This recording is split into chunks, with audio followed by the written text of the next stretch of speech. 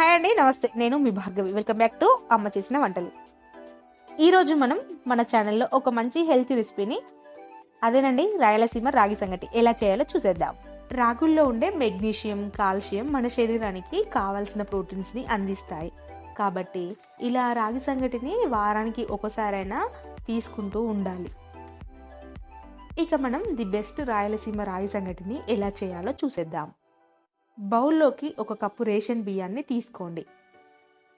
Ration బియ్యం లేని వారు రోజు వాడుకునే రైస్నైనా యూజ్ చేయొచ్చు. కాకపోతే మనం రేషన్ బియ్యంతో వండుకున్నంత టేస్టీగా ఈ రాగి సంగటి ఉండదు. ఇలా తీసుకున్న రైస్ని 2 సార్లు వాటర్తో క్లీన్ చేసి మరికొన్ని వాటర్ని పోసి 30 నిమిషాల వరకు నాననివ్వండి. తర్వాత మనం ఏ కప్పుతో అయితే బియ్యాన్ని తీసుకున్నామో అదే కప్పుతో 1.5 కప్పుల రాగి పిండిని తీసుకోండి. నేను ఇక్కడ బియ్యం అలాగే రాగి పిండి మొత్తం కలిపి 2.5 కప్పులు తీసుకున్నాను. నెక్స్ట్ స్టవ్ పైన బౌల్లోకి 7 కప్పుల వాటర్ని తీసుకున్నాను. అంటే 2.5 కప్పులకి 7 కప్పుల వాటర్. మీరు తీసుకునే రైస్ రాగి పిండి క్వాంటిటీని బట్టి వాటర్ని తీసుకోండి.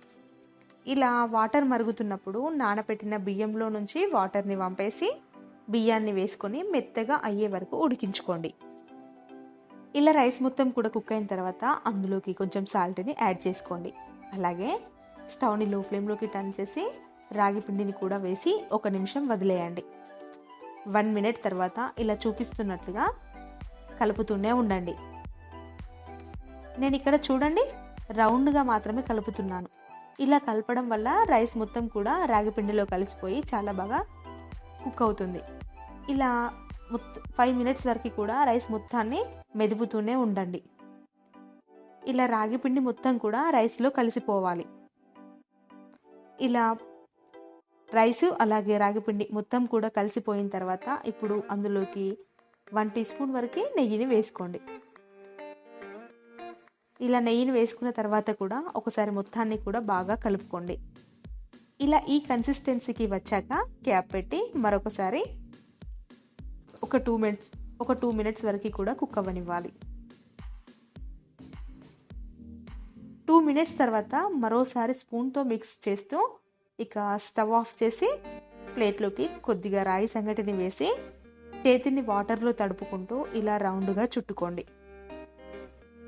ఈ రాగి సంగటిని స్టవ్ పై నుంచి దించిన వెంబడే ఇలా బాల్స్లో చుట్టుకోవడం వల్ల సంగటి అన్నది తొందరగా చల్లారకుండా ఉంటుందన్నమాట.